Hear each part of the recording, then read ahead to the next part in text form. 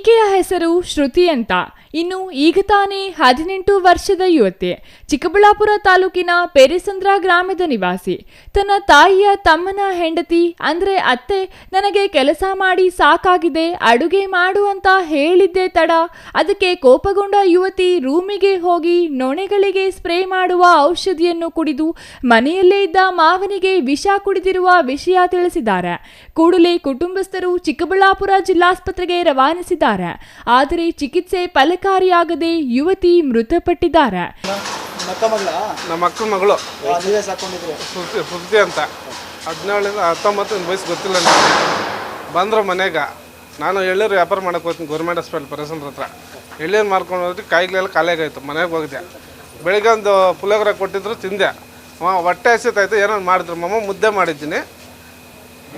ನಮ್ಮ ಅಕ್ಕನ ಚಿಕನ್ ಸಾರು ಮಾಡ್ತಾರೆ, ತಿಂದ್ರೆ ಅಂದರು. ನಮ್ಮ ಮಿಲ್ಕ್ರು ಏನಂದ್ರು, ನನಗೆ ಸಾಕಾಗೈತಮ್ಮ ಸಾಂಬಾರು ಮಾಡೋದು, ನಿಮ್ಮ ಮಾಮ ತಿನ್ಬೇಕಂತ ಅಷ್ಟೇನು ಹೇಳಿದ್ದ. ರೂಮಿಗೆ ಹೋದ.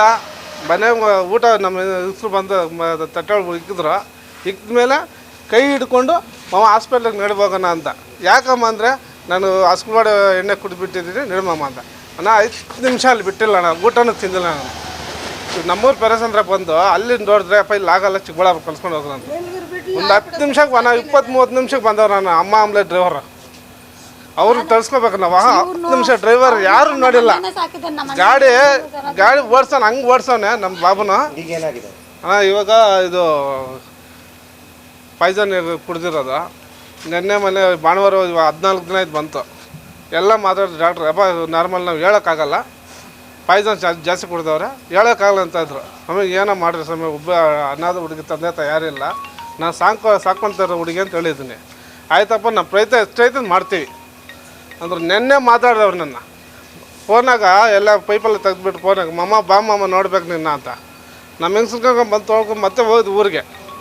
ಹೋದ್ಮೇಲೆ ಮತ್ತೆ ಸಾಯಂಕಾಲ ಡಾಕ್ಟ್ರು ಫೋನ್ ಮಾಡಿದ್ರು, ಸೀರಾಗಿದ್ದಾರೆ, ಬೇಗ ಬರ್ಬೇಕು ನೀನು. ಬಂದು ನೋಡಿದ್ರೆ ಪೈಪೆಲ್ಲ ಹಾಕಿದ್ದಾರೆ ಡಾಕ್ಟ್ರು.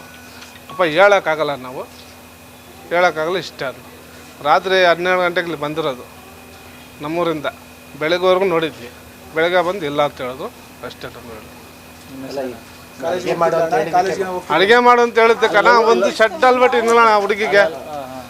ನಮ್ಮ ಜನಾಗ 10 ಜನ ಹುಡುಗರು ಬರ್ತಾರೆ. ಇವರೆಲ್ಲ ಅಣ್ಣ ತಮ್ಮಂದ್ರ ಹೆಂಗೆ ನೋಡ್ಕೊತಾರೆ ಗೊತ್ತಾ ಹುಡುಗಿನ. ಮುಂಚೆ ಕೆಲಸ ಮಾಡ್ತಿದ್ರ? ಇಲ್ಲ ಅಣ್ಣ, ಇದು ಎಕ್ಸಾಮ್ ಹೋದ್ರು, ಫೇಲ್ ಆಗಿದ್ರು. ಅಮ್ಮ ಹೋಗ್ಬೇಡ ನೀನು ಅಂತ ಎಕ್ಸಾಮ್ ಕಟ್ಟಿದ್ರು, ಅದು ಫೇಲ್ ಆಗಿಬಿಟ್ರು. SLC ಫೇಲ್ ಆದ್ರು. ಮತ್ತೆ ದುಡ್ಡು ಕಟ್ಬಿಟ್ಟು ಸೇರಿಸ್ಬಿಟ್ರಂತಮ್ಮ. ಸ್ವಲ್ಪ ತಿರು ಮನೆಯಲ್ಲೇ ಅಡುಗೆ ಕೆಲಸ ಮಾಡ್ಕೊಂತ ಹೇಳಿದ್ವಿ ನಾವು.